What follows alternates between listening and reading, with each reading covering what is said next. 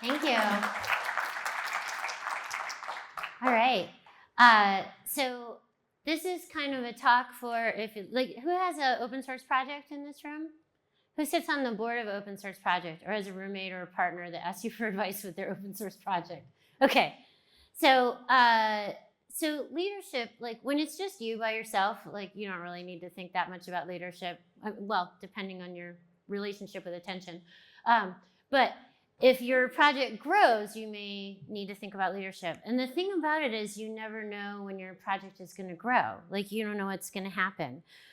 Your workload could become larger for any number of reasons. Maybe you get a whole bunch of new users, or you start getting a lot more spam, or you have to deal with different regulatory conditions, more reporting requirements. Really, more paperwork for any reason means that the amount of work at your project is growing, and eventually it will grow beyond your existing capacity. So I was trying to think of like a mental metaphor for project growth, and I was thinking of like an animal that just takes stuff in, like leaves what it doesn't want anymore and just keeps floating.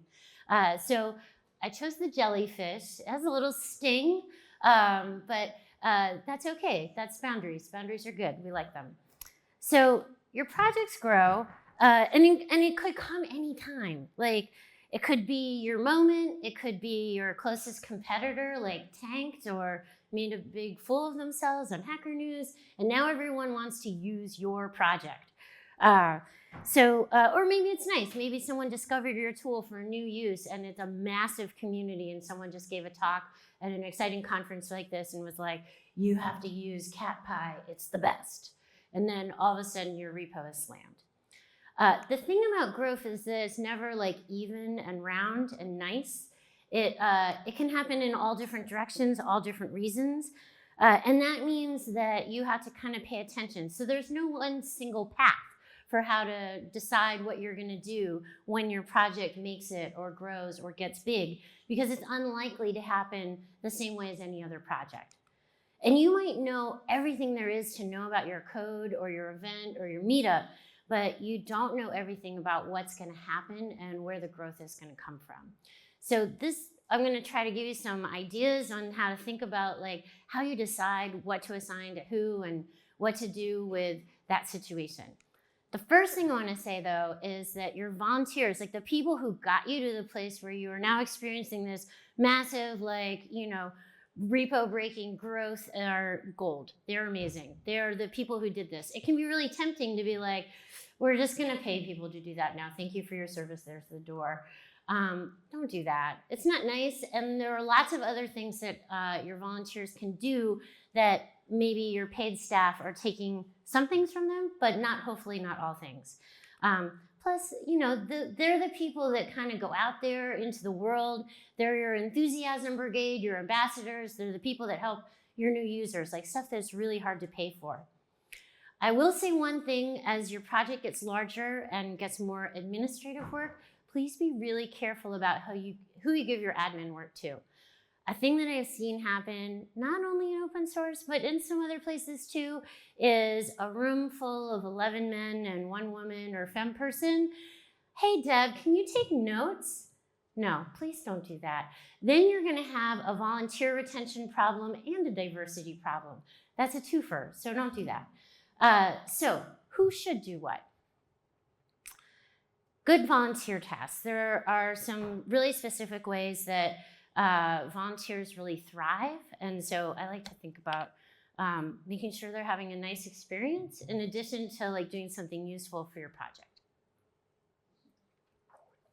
So things that are edifying or enjoyable, like things where people are learning stuff. They're like learning new code, learning new tools, learning new databases, meeting new people, they're networking. It's something that's fun to do. It's something they like doing. Maybe they really love teaching newcomers about like how to use Jupyter or whatever, and it's super fun for them. So those are great volunteer tasks, okay? Things that can happen on a casual timeline, like, oh, I'm not gonna like do anything or touch this code base for 6 months, and then I'm gonna do all of it over Christmas and answer every single thing. If your project is small enough and the requests that are coming in work with that timeline, then this is fine. This is a great place for volunteers. Something that can't be automated. You shouldn't, this is also not a good paid thing. If it should be automated, just automate it. Nobody needs to be doing like a job that was too boring to teach AI to do.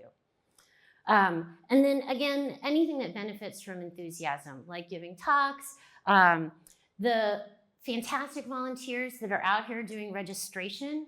Like if you had a robot there, not so fun. You have 4 shining, smiling faces that are like, hey, I'm so glad you're here. Let me figure out how to get your badge. That's an amazing volunteer task. So anything like that, whether it's in the real world or in the digital world, is a great place for your volunteers. Tasks that you should pay for. And these are almost the opposite, right? Except the automated stuff. Don't make paid staff do automated things either. I have a little bit of a thing about that. Stuff that is repetitive and not fun. So sometimes there's this stuff like taxes. Maybe the first time you do them, it's kind of fun, it's neat, like what's going on with the tax code, so fascinating, but then it has to be filed every quarter. Repetitive, not fun, a paid task. Something that takes 30 to 40 hours a week. If it takes 30 to 40 hours a week, then you should not just let a volunteer keep taking more and more hours of a task that needs doing. Something that needs constant attention, where like say your server is down and people expect it to be up like every day, all hours of the day. This is not a good volunteer task. Anything that involves security risks, like looking at other people's like social security numbers or whatever the equivalent of that is here, that kind of stuff, not a great volunteer task. And something that's usually done by a certified professional. So like, you know, lawyers, people that like get certified for things, they go to school for things, they even go to graduate school for it. And you're like, how hard could it be? I can write code, so why couldn't I don't know, do the Mona Lisa? There are a lot of reasons. Pay someone who is an artist for that. And then finally, if you've got like a messy, terrible thing, like an administrative nightmare, like a Gordian knot that you found in the bottom of your files, don't give that to a volunteer. Give that to a staff person, because it's gonna come back and no one will remember how to handle it when it comes back if it's not a paid person. If you have a volunteer do this, they're gonna go away after, if not during and in the middle. And then you will have to start again. So don't give a terrible nightmare mess project to a volunteer. So some examples of specific things that, that you should pay for. So taxes, payroll, security, legal, anything where screwing it up is really expensive, you should have that done by a person who is a professional in that area. And this is super important. Like I worked at, I volunteered at an arts organization, and we had somebody's friend's roommate do our accounting for us, which was super generous, but like we were all a bunch of artists and we were not very grateful, I think. So eventually she ghosted us.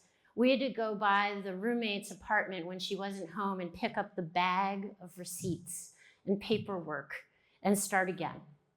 So people who are certified professional accountants don't do that. They finish your thing up and they pass it along. So, and it was expensive and annoying. It turned out we'd missed a few tax filings. It was not good.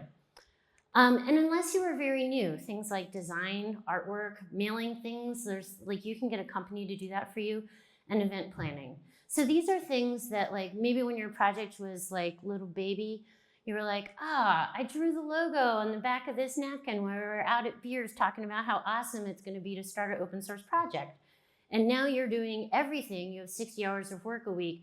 Should you take 6 days to make a really good new logo for your event? No. You should pay someone who does that professionally to do it. And this is, you know, again, there's some caveats here, of course, if your project, if it really is one person and the whole thing is like 6 hours a week, then sure, do everything. But if your project's big enough, then these are things that you should be looking for paid professionals.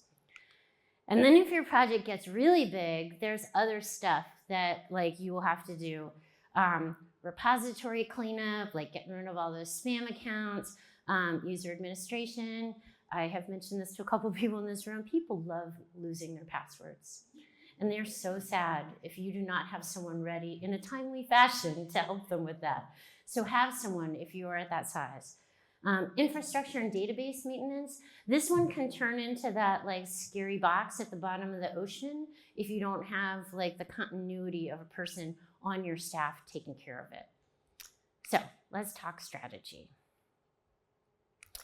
How to split up the complex tasks. So sometimes, like as you grow, like a task that, you know, sounded like it was one task grows into like 17 tasks actually listed under there.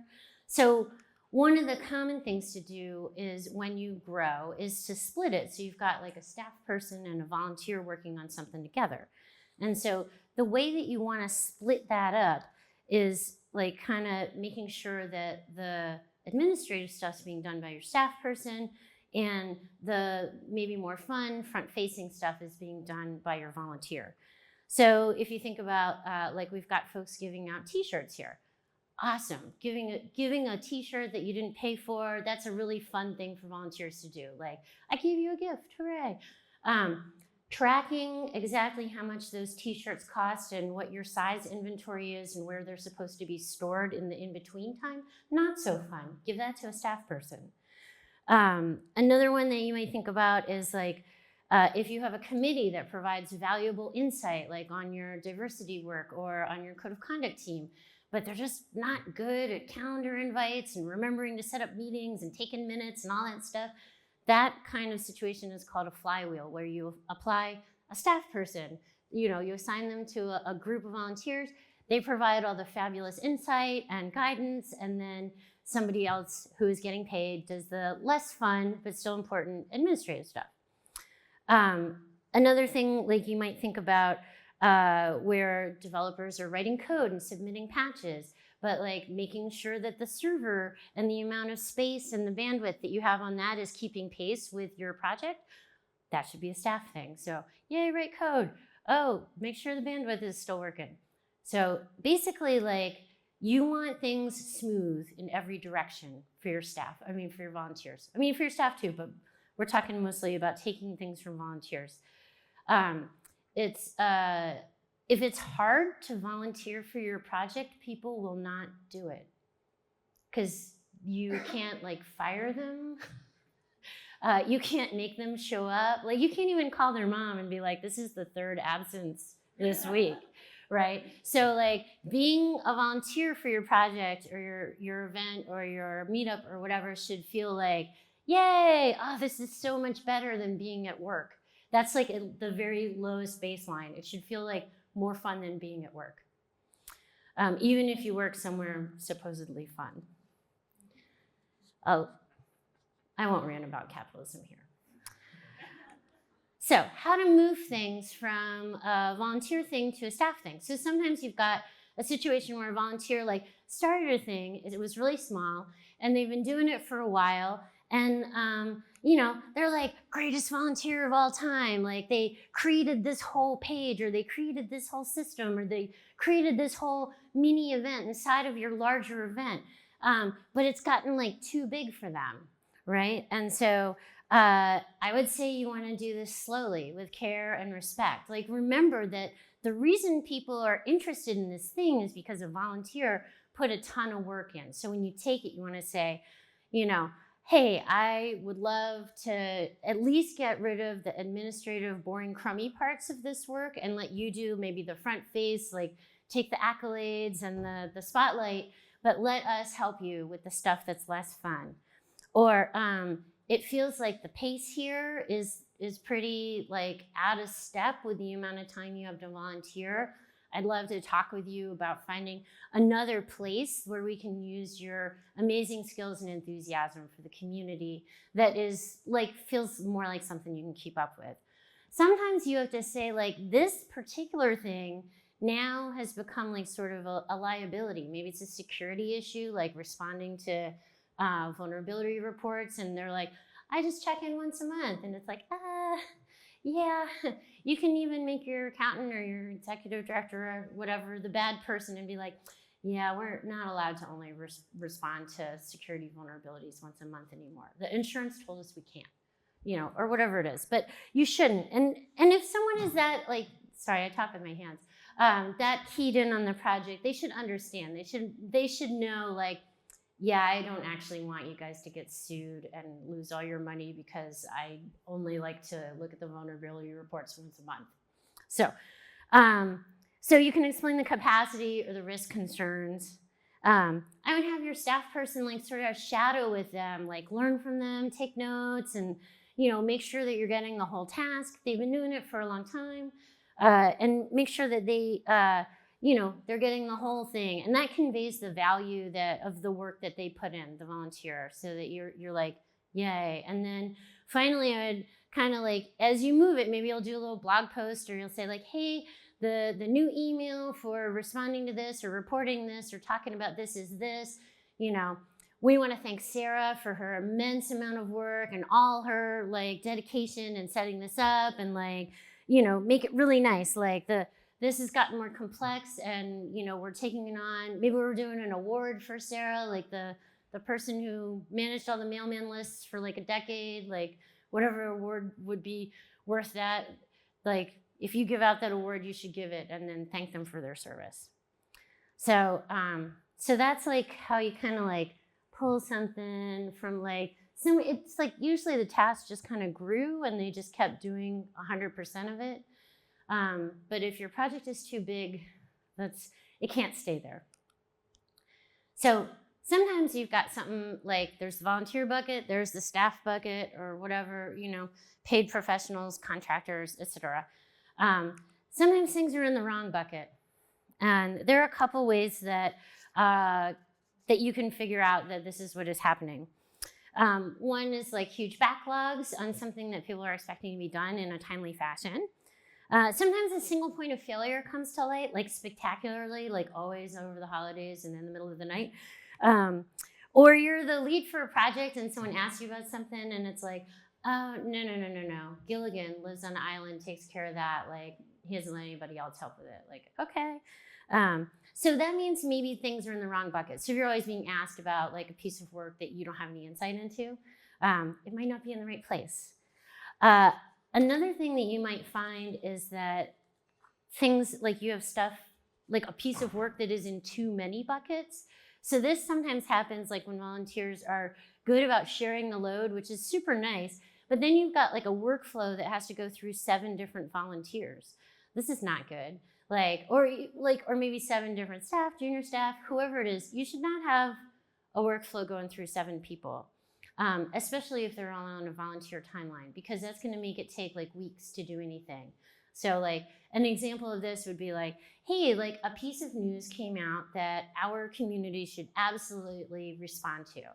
And we're like, oh, cool. So the workflow for a blog post is that Alice drafts it, gives everyone a week to comment, and then we ask Hugo, who's in charge of our press list, to send it to all those places. And then we post it on the blog. And it's like, cool. So 3 weeks later, when nobody cares about this thing that you were going to respond to, you finally have a response like, hey, y'all, remember last month? No, this is not good. This is like, if you're working in a certain pace, this is not good. So, and this can be anything. Like, it could be like, oh, the database administration stuff was so annoying that we gave everyone a little piece of it. And some, as you get bigger, sometimes stuff just kind of like blows across those boundaries, and then it's like you end up spending more time talking about who's supposed to do what, when it should just be like, let me just take all the buckets and we're going to just do that as one workflow. So so that can happen. All right, let's talk about you, the plural you, not any of you in specific. Another thing, as your project grows, like internal task allocation, if your project starts with a single employee, at the beginning, you're probably doing everything. And that's okay when you're small, but eventually that becomes untenable. So like, if you think about a person who has 10 2-pound tasks, and then each task becomes a 10-pound task, or maybe it's all uneven. So like, you have 20 pounds of tasks, and then they grew into 100 pounds of tasks. You're not going anywhere. You're not getting off the ground with 100 pounds of tasks. It is, as your project grows, you're just not going to be able to keep the same number of tasks on your plate, especially like since many of them become like subtasks, like, oh yeah, can you just send stuff to that one mailing list? And it's like, for reasons, we have 5 mailing lists and 3 of them are really chatty. So now that work has become bigger than it was, right? So, and like maybe payroll was no big deal when it was like 2 of you and you lived in the same place. But now there's 8 of you in 6 different locations. And so like outsource that payroll. Keeping up with that, it's like, don't mess up payroll. You don't want to do that. Another thing would be like event planning. So if your project, this is this pug's birthday. That's probably not a hard event to set up. And similar, like when your project is smaller and there's like 9 of you and you just like contact somebody and you're like, hey, can we just meet in your office on Saturday? So like your entire event planning consists of 1 call to an office manager for somebody's office, and then one Grubhub delivery, and you're done. Hooray, event planning. How hard could it be, right? Eventually, you've got like more people. Maybe you've got like 35 core developers or project contributors or stakeholders. So you've also really done a good job on diversity, and instead of having like 8 white men whose companies happily pay for them to fly anywhere in the world, you now have a mix of people who need travel assistance and all kinds of other things. That means that instead of just picking a date and emailing the office manager, like you have to like contact a venue, you have to do all these other things. So like those are like an example of a thing where it's like, oh, like I used to do the whole thing, and then all of a sudden it's like, no, now this is like 10 people's work, right? And so this is like one of those things where even just like 4 times as many people can like turn into like 50 times as much work. Like when it's really small. Eventually, hopefully you get to a place where you're like, what are we at, like 300 here? Maybe the next 400 won't be like, exponential increase, but maybe just a small increase. So in order to get yourself ready for this, you want to always be thinking about like how you're going to give stuff away. So that means like when you start a task, you don't wait until you hate it to document how it's done. When you get a new thing, like instead of being like, oh yeah, you can just email Deb for that, like for sponsors, for accounting, for travel, for press, for this, for that. Set up those aliases. So it's sponsors at, travel at, aliases like accounting at, tech support at, press at. So that then when you give it away, instead of being like, oh, this is weird, I know I have 6 people in my personal email, or I had to tell everyone that we changed the email for it and they're still emailing me anyway. Because if you had everyone emailing you individually for everything, that's going to be a really hard habit to break. People love to be like, I get the executive director's email. I'll just ping her about it. And it's like, this is not good delegating. That's not how delegating works. Like, it's you put it on the alias and then you can give it away easily. And this idea is called like giving away all your Legos. And so it's interesting because as your project gets bigger, you will have to learn lots of new things, like things you didn't know that you were going to have to learn about. Maybe you'd have to learn about like health policy in the US. And you didn't plan for that. But giving away your Legos, it can be really tempting to keep stuff that was really hard at first, and now you're rocking it. You're like, oh, this used to be hard and I'm so good at it now. And it's like, oh, it's probably time to give it away, isn't it? Yeah, it is. Because if you're really good at it and you could teach it to somebody else, then you shouldn't be continuing to spend your time doing it if you have other people to delegate it to. And this is tricky because like sometimes the task comes in, it's like very small, and you don't know that it's going to become a much larger thing. But I can tell you right now, some of those things like sponsors at, travels at, press at, tech support at, those are all going to grow if your project grows. Those will not stay small. So some caveats, and then I'll take questions in a couple minutes. Every project is a little different. If we were all the same, this would be really easy. Like you would all already know exactly how to deal with community or project growth, right? Each volunteer is different. You might be lucky enough to have like, maybe it's your partner who is doing pro bono legal work, and like, you're not in an immediate hurry to find another lawyer that you have to pay because you are feeling pretty good about your partner. It's going to work out. Or maybe you've got like different things that you need or something that you can automate. Maybe you've got a fiscal sponsor organization like NumFocus. So you're like, we don't have to hire an accountant and like a person to register trademarks for us. Like we just join NumFocus and they take care of all that stuff for us, which is great. We have a much smaller fiscal sponsor program at PSF as well. But we're not looking for new folks at the minute. But this might change some of that advice on like, hey, like don't be doing your payroll and your taxes, because you can join an umbrella organization and they can help you out with that. And there, again, like the growth might be kind of messy and different. Like your project's growth might not look like somebody else's.